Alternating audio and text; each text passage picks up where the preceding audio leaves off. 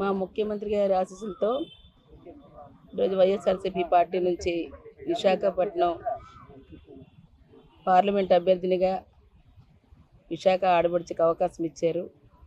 ఈరోజు నామినేషను పెద్దలందరి మరి వారి సహాయ సహకారాలు ఆశీస్సులతో ఈరోజు ఇక్కడ వచ్చి నామినేషను గౌరవ పెద్దలు రాజ్యసభ సభ్యులు మా రీజనల్ కోఆర్డినేటర్ గారు వారి వైవి సుబ్బారెడ్డి గారి ఆధ్వర్యంలో, అలాగే మా శాసనసభ్యులుగా పోటీ చేస్తున్న వారు ప్రస్తుత శాసనసభ్యులు అయిన అవంతి శ్రీనివాసు గారు కానీ, అట్లాగే గౌరవులు బొత్స సత్యనారాయణ గారు కానీ, అలాగే ఇక్కడ వాసుపల్లి గణేష్ గారు కానీ, అలాగే నాగిరెడ్డి గారి పెద్దలు నాగిరెడ్డి గారు కానీ ఇక్కడ కానీ ఇచ్చేశారు. వారు కూడా వచ్చారు. మా మేయర్ గారు ప్రథమ పౌరాలు విశాఖపట్నం మరి వారు వెంకట కుమారి గారు వీరందరి ఆధ్వర్యంలో ఈరోజు నామినేషన్ ఇవ్వటం జరిగింది. ఏదైతే ఈవేళ ప్రజలకు ఒకటే జగనన్న చెప్పినది, ఏదైతే ఒక మంచి జరిగిందని మీ కుటుంబాలు అనుకుంటే నాకు ఓటు ఇవ్వండి అని. ఈరోజు నిన్న జరిగిన బస్సు యాత్రలో విశేష అపూర్వ ప్రజాదరణ ఎక్కడ చూసినా సరే ఈరోజు తరలి వచ్చిన అటువంటివి ఒక మహిళగా అవకాశం ఇచ్చి ఈరోజు స్థానికురాలికి అవకాశం ఇచ్చిన జగనన్నకి మరి ఈరోజు ఖచ్చితంగా ఇక్కడ వీరందరి శాసనసభ్యులతో పాటు పార్లమెంటు అభ్యర్థిని కూడా గెలిపించి ఈరోజు జగనన్నకి ముఖ్యమంత్రిగా చేయడానికి ఈరోజు ఖచ్చితంగా ప్రమాణ స్వీకారం చేయడానికి వారందరూ కూడా అంతే ఆశీర్వాదం రేపు ఓటు రూపంలో ఇస్తారనేది వాస్తవం. ఎందుకంటే మనది పరిపాలన రాజధానిగా విశాఖపట్నం చూడాలి.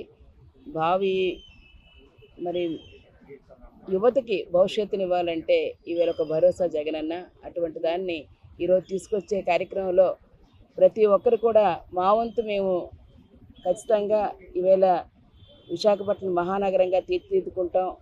ఉపాధి ఉద్యోగ అవకాశాలతో ఇవాళ ముందు తీసుకెళ్ళాలి. ఇండస్ట్రీ రావాలి. ఇవన్నీ రావాలంటే జగనన్న కావాలి. తప్పనిసరిగా సంక్షేమ అభివృద్ధి కార్యక్రమాల్లో ఈవేళ జగనన్నకు తోడుగా మేము ఉంటామని చెప్పని స్వచ్ఛందంగా వారందరూ కూడా వచ్చి చెప్పడం పూర్తి స్థాయిలో ఇవాళ 100కి 100 రూపాయలు కూడా ఇది అపూర్వ ఆదరణ. రేపు ఖచ్చితంగా జననేతగా జగనన్నే మళ్ళీ ముఖ్యమంత్రిగా వస్తారు. ఈ విశాఖపట్నం మహానగరంగా మార్చడానికి దాంతోపాటు ఏదైతే అడ్మినిస్ట్రేటివ్ క్యాపిటల్ ఉంటుందో ఆ క్యాపిటల్గా పూర్తిగా ఈరోజు మళ్ళీ పరిపాలనా రాజధానిగా తీసుకొచ్చి తద్వారా ఈరోజు ఏషియాలోనే ఫాస్టెస్ట్ గ్రోయింగ్ సిటీగా ఉండి గ్రోత్ హబ్ సిటీగా ఈవేళ భారతదేశంలోనే ఒక విశిష్టను సంతరించుకున్న విశాఖపట్నంకి మరింత వైభవాన్ని తీసుకొచ్చి ఈరోజు విశాఖ ప్రజానికానికే కాక చుట్టుపక్కలున్న ప్రజలకి రాష్ట్రాలకు కూడా ఈరోజు ఒక ఐకాన్గా ఉంటుందని ఆ దిశగా ఈరోజు తప్పనిసరిగా విజయాన్ని మీ ద్వారా కూడా కోరుతున్నాను. అటువంటి భవిష్యత్తు ఖచ్చితంగా ఉండాలంటే జగనన్నకి ఓటేయాలి, విశాఖ అభివృద్ధికి చోటు ఇవ్వాలని చెప్పని విశాఖ ఆడపడుచుగా ఝాన్సీగా మీ అందరినీ కూడా వినయపూర్వకంగా మీ ద్వారా కూడా ప్రజలందరికీ కోరుతున్నాను. ధన్యవాదాలు. మొన్న విశాఖపట్నం జిల్లాలో పాయకరాపేటలో ఆయన అడుగుపెట్టారు జగన్మోహన్ రెడ్డి గారు. మొన్న అనకాపల్లిలో బహిరంగ సభను మనం చూసాం. సిద్ధం సభ లక్షలాదిగా జనం సాక్షాత్తు మా నాయకుడు జగన్మోహన్ రెడ్డి గారు చెప్పారు, ఓ పక్క సముద్రం ఓ పక్క జన సముద్రం, ఓ పక్క సముద్రం ఓ పక్క జన సముద్రం. అదే రీతిగా నిన్న విశాఖపట్నంలో ఆయన వచ్చి 4 నియోజకవర్గాలను చుట్టుముట్టారు. పత్రికా బాధలు చేసుకుంటూ స్వచ్ఛందంగా ఎక్కడికక్కడే పరిగెట్టు తరలి వచ్చి ఏదో ఇవాళ పత్రికల్లో చూశాను, ఏదో తీసుకొచ్చారు ఇంట్లో ఉన్న వాళ్ళని, మేము బిల్డింగ్లో ఉన్న వాళ్ళని, లేకపోతే ఇంట్లో పరిగెపెడుతూ వస్తున్న వాళ్ళని మోసుకొచ్చారా? కాదు కదా. వాళ్ళు అబాధం చేయమని కాదు కదా. వాళ్ళు వచ్చి రెస్పాన్స్ ఇస్తుంటే వాళ్ళు ప్రతి రెస్పాన్స్ ఇవ్వడం వచ్చి అది మ్యానిపులేషన్ కాదు కదా. కాబట్టి ఇవాళ వాస్తవ విషయాలు మనం చూసుకుంటే ఇవాళ జగన్మోహన్ రెడ్డి గారికి ఏదైతే పాదయాత్ర చేసినప్పుడు ఆయనకి ఏదైతే ఆయన మద్దతు వచ్చిందో ఆ తర్వాత ఎన్నికల్లో 19 ఎన్నికల్లో ఏ విధంగా అయితే ప్రజా విలువైన వచ్చి ఆశీర్వదించిందో అంతకంటే రేపు మిన్నగా ఇంకా ప్రధాన ఉండబోతుంది. అదే వారి నమ్మకం. అందుకే వైనాట్ 175 ఇది. నీ ప్రజల నాడి జగన్మోహన్ రెడ్డి తెలుసు. నాడేంటి ఇదేదో ఒక మాయ చేసి మా అలా అద్భుతంలాగా చంద్రబాబు నాయుడు చెప్పడం కాదు, వాస్తవికతని. ఈ 5 సంవత్సరాలు ఆయన చేసిన పరిపాలన, ఆయన చేసిన సామాన్యులు చేసిన సేవ, ఇచ్చిన ధైర్యం, వాళ్ళకి ఇచ్చిన స్థైర్యం, దాన్ని నమ్మి దాంతోపాటు ఏ విధంగా రాబోయే తరాలకి ఏదైతే ఈ దేశానికి రాష్ట్రానికి అవసరమో వాటి మీద ప్రత్యేక దృష్టిని పెట్టి ఆయన చేసిన కార్యక్రమాలే ఇవాళ ఏ ఒక వర్గం కాదు, ఏదో బీపీఎల్ ఫ్యామిలీసే కాదు, మిడిల్ క్లాస్ ఫ్యామిలీసే కాదు, అప్పర్ క్లాస్ ఫ్యామిలీసే కాదు, అన్ని వర్గాన్ని కూడా ఆయన్ని ఆదరిస్తున్నాయి ఇవాళ. అందుకే మనకి సాక్షాత్తు ఇవాళ చూసుకుంటే ఏ పారామీటర్ చూసుకున్నా, ఓ పక్క వచ్చి నీతి ఆయోగ్ చెప్పినా, ఓ పక్క వచ్చి advisory prime minister advisory council, academic advisory council చెప్పినా, లేదు ఇంకో శాస్త్రీయమైన ఏం చెప్పినా, అన్నింటిలో కూడా అటు ఎడ్యుకేషన్ కానీ, లేకపోతే హెల్త్ కానీ, లేకపోతే ఇండస్ట్రీ కానీ, లేకపోతే అగ్రికల్చర్ కానీ, వీటన్నిటితో పాటు పారామీటర్స్ అట్టడి నుంచి 2-3 స్థానాలు ఉన్నది. ఈరోజు ఈ రాష్ట్రం దేశంలో మొదట 4-5 స్థానాల్లో ఈ రాష్ట్రంలో నిలబడింది. దానికి కారణం ఈ 4 సంవత్సరాల 10 నెలల కాల పరిపాలన విధానంతో భాగమే అని చెప్పి నేను గర్వంగా చెప్తున్నాను.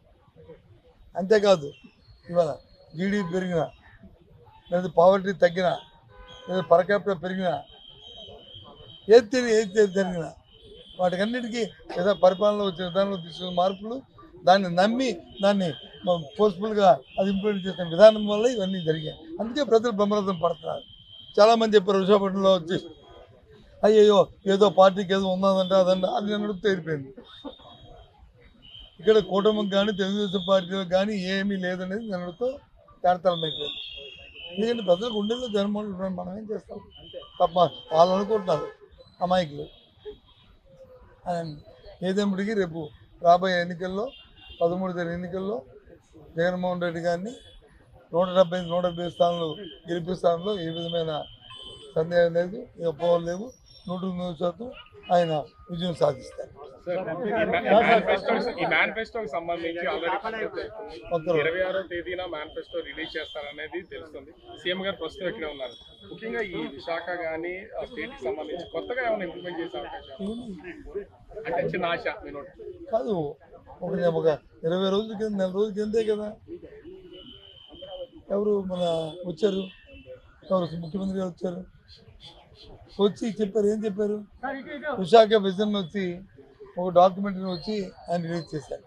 ఈ పట్టణాన్ని భారతదేశంలోనే కాదు ప్రపంచ దేశంలోనే అగ్రగామిగా దీన్ని తీర్చిదిద్దుతాము. పెద్ద లక్షల కోట్ల రూపాయలు ఎక్కలేదు. సింపుల్గా ఓ 10 ప్రాజెక్టుని మనం ఇంప్రూవ్ చేసుకుంటే సరిపోతుంది.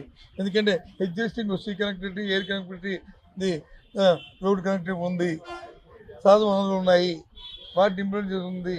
ఈ సిటీ ఎప్పటి నుంచో ఫాస్టెస్ట్ గ్రోయింగ్ సిటీగా భారతదేశంలో ఉంది. ఏషియాలోనే పెద్ద నగరంగా తయారవబోతుంది. కాబట్టి దీనికి కొద్దిగా తొలిమెరుగులు దిద్ది కొద్దిగా సాంకేతికమైన పరిజ్ఞానంతో దీన్ని టచ్అప్ ఇచ్చి ప్రభుత్వం అండగా ఉంటే చాలు. కాబట్టి ఈ కార్యక్రమాలు చేస్తానని చెప్పారు కదా. ఆయన రేపు వస్తున్నారు ఎన్నికలైన తర్వాత. ఆయన ముఖ్యమంత్రి ఇక్కడే ప్రమాణ స్వీకారం చేస్తారు.